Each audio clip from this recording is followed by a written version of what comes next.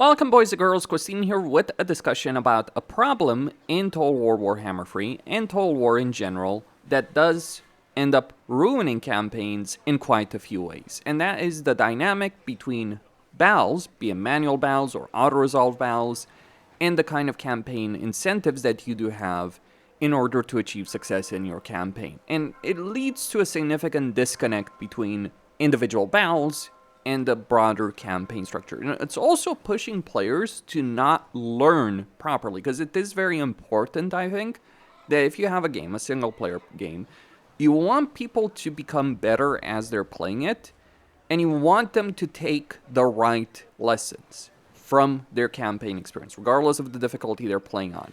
So there are certain things that Total War does very poorly on that. The inverted difficulty curve, for instance, is a problem because the AI bonuses that AI starts with on turn 1 is the same bonuses they're going to have on turn 50. Sure, things will change, but it is an issue. But one of the biggest problems is with regards to the battles, as I mentioned.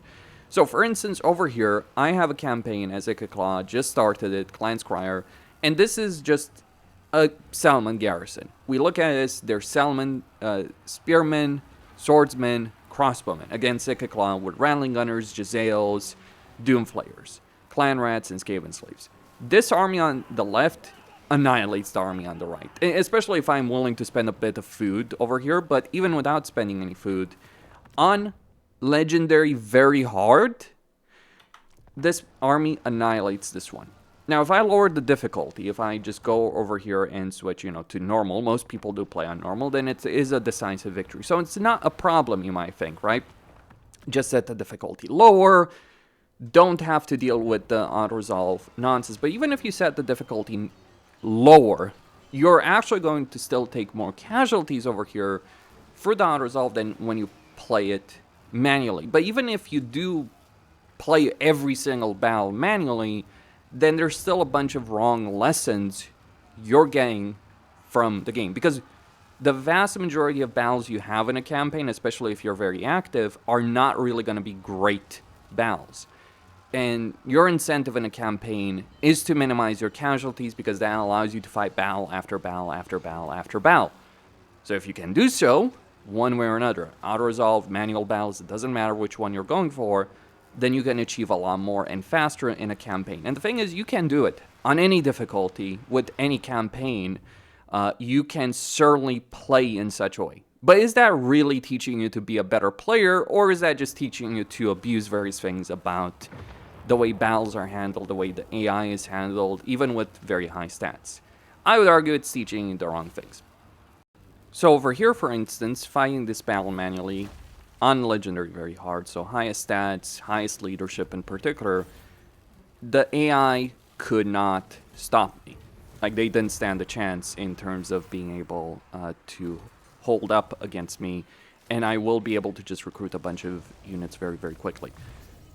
So from the very first battle of the campaign, you're learning the worst possible lessons in terms of how to play a battle. And more importantly, you start to realize as you just start playing through the game, as you look at various guides, including mine, you start being told, okay, use things like corner camping, use things that minimize your casualties, because if you minimize your casualties and increase the enemy casualties, then you'll win the battle faster, the enemy will break. This works on any difficulty, it doesn't matter what we're talking about, but especially is the case on this kind of difficulty, because the way battles are dictated is balance of power. Balance of power represents what you have versus what the enemy has. You inflict more damage on them, the balance of power shifts in your favor, you break their morale, they break, they lose. And the worst battles are, from a casualty perspective, are the kind of battles where you take a lot of casualty, but so does the enemy. Those are the ones that last longest. But there's other things as well that come with this. Forgetting the auto-resolve for a moment, you end up in a situation where you realize, like in the case of Skaven, okay, so if I get things like warp fire throwers, Jezzails, and rattling gunners, or plague claws, etc., I can annihilate the enemy in a lot of these battles, the vast majority of battles in a campaign, without taking any kind of real casualties. And that works until it doesn't. Because there is a point in any campaign, as any race, especially on higher difficulties. But there is a point where that strategy just stops working because you encounter an opponent, a major AI faction strength rank 1, for instance, Grimgor or Belagar in this kind of situation, etc. You just encounter that kind of opponent that is not going to go down so easily. So they'll close the gap, you'll start taking casualties, and because you haven't had the experience until that point of what it actually means to deal with a real battle or real foe, an intelligent foe, and because you've gotten away with a bunch of these cheap tactics, and you can, and it is not just about getting away with it, it's literally one of the best ways to play. Minimize casualties, win the battle without taking any kind of casualties. It's just the best way to play the campaign. But because you're able to get away from it, it means that anytime you're encountering a serious opponent, you don't know how to handle it, you're not being taught how to handle it against AI, and that just creates a lot of really... It teaches a lot of players a bunch of very, very bad lessons in terms of how they should approach a campaign. What's worse about this is with regards to sieges. So if you ever fight a siege battle in a campaign, then every settlement in the campaign has a significant benefit towards auto-resolve because it's counting a bunch of towers that most settlements don't have, and even if they have them. If you play sieges or minor settlement layouts, then you know that as the attacker, compared to the way the AI handles it, it's just better to sit on your ass and try and, or blob all your units up. But blobbing your units up, or putting your range units in a corner, or attacking a certain section of the walls that may not be defended whatsoever, again, that's not teaching you anything of actual value in terms of how to actually approach a campaign.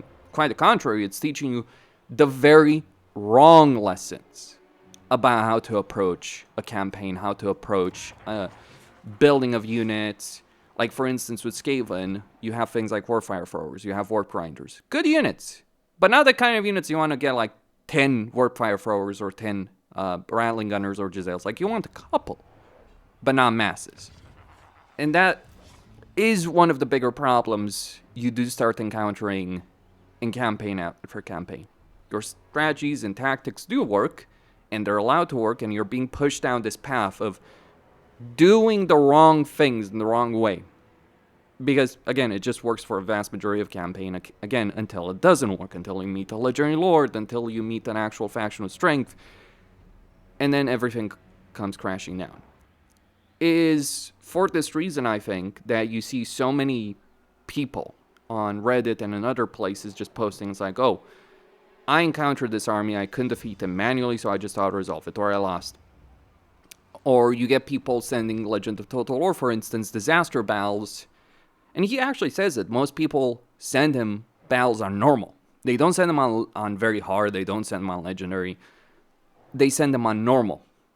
And the reason I think that happens, and he's done a whole video on this, the reason I think that happens, again, people are not just being able to get away with a bunch of bad tactics and bad campaign strategies, but they're incentivized to not learn how to play the game properly. Obviously, if you spend a lot of hours, you'll eventually figure out how to play those battles properly, even if you're doing a bunch of cheap shit. But it's still something you have to go out of your way to figure out, to learn, to experience, all that. And I think that is one of the fundamental problems. How would I resolve this? Well, one of the things we got to talk about is auto-resolve, armor, all that. And armor and survivability of units. Like, when you're playing a battle in a campaign, you want to ensure your casualties are minimal, because even with very high casualty replenishment, you want to be able to keep going from battle to battle.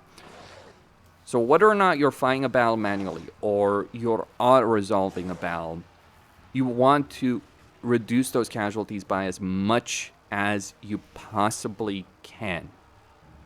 So that relies, like, for instance, over here, how would I win this battle? Well, I know that in a settlement like this, if we look at the layout, I know that if I attack a certain section of the wall here, there might not be any wall towers. I know that the enemy will not win the ranged war against me because they're going to spread their units apart. It's a combination of unit survivability, unit balance in a campaign, auto-resolve, and AI tactics. So for instance, if the AI was willing to mass all its crossbowmen at one point to the walls, it could do a good amount of damage. I still win. This is just a garrison. You should win this, for the record. I don't think the solution is making every battle an obnoxious thing, because that's actually pushing people down the path of just abusing things, abusing ambush stance, abusing cheese tactics, abusing cheese battle tactics. Like, obviously I'll win this, and I'll try and minimize my casualties. But again, that's the problem. Like, you want to minimize your casualties, so you're going to gravitate towards units that have that kind of higher level of durability. So that means if you're looking at Skaven, you're ignoring clan rats, maybe even storm vermin. You're ignoring Skaven slaves, which, you know, if you know anything about Skaven lore, you kind of don't. The Skaven do use Skaven slaves in lore clan rats. If you're playing a demonic faction, you ignore most of the demonic units in favor of cast warriors or even marauders because they have better durability, flat out better durability. So you're focusing on durability above everything, every other consideration. And that, again, that works until you encounter an opponent where it doesn't work. And you will almost certainly encounter at least one of those opponents at one point in a campaign. Like, just opponents that have so much damage capability that even with your highest survivability units, it will not be enough in a campaign. So I think the way survivability works for units, I think the way routing works for units, especially when you're thinking about undead or demons, the recovery of units after battle, those are the kind of aspects that should be improved. And also, we should not have a situation, like, this is one of the problems from pure unresolved perspective. We should not have a situation where people are incentivized to fight every single settlement battle against every single minor inconsequential fucking garrison manually, because that's the incentive that's created. You're incentivized to fight every single siege manually, every single settlement manually, regardless of what they have. They could have a full army, they could have just a garrison. You're always incentivized to fight those manually. Those are not battles you're learning much from. The battles you learn the most from are field battles. But guess what? You can actually play an entire campaign on Legendary as any race pretty much, and more or less succeed in auto-resolving every field battle. Until you encounter a faction that has a lot of faction potential, so they literally cheat in terms of auto-resolve to force you to fight those battles manually. And that's when people lose battles. Because, like, they haven't learned the right lessons. They might not have fought a bunch of field battles in a campaign, or if they fought field battles, it was against armies that were not teaching them things properly. And so they're not prepared, they're not learning, they're not building up for a proper challenger, and they have very few incentives to learn properly, that they end up, like, everything that they planned before that just ends up falling flat on its face. Like, you see people, like, going with Storm Vermin stacks. You see people going with single entity stacks. And they do so because even if they have to fight those kind of battles manually, they can, I can win 99% of battles or 95% of battles manually easily, until you get to that 5% that actually matters. Maybe that is the fundamental problem. It should not be just a 5% ratio of battles in a campaign that genuinely matter, where you can't just abuse cheap shit to win. I know it is an issue in a lot of strategy games. It's not just an issue with regards to Total War. And obviously, not every battle needs to be the same scale or impact. But I think that you shouldn't have such a significant difference in tactics and mechanics and dynamics in battles as you do currently in Total War. That is my perspective. Costin signing out.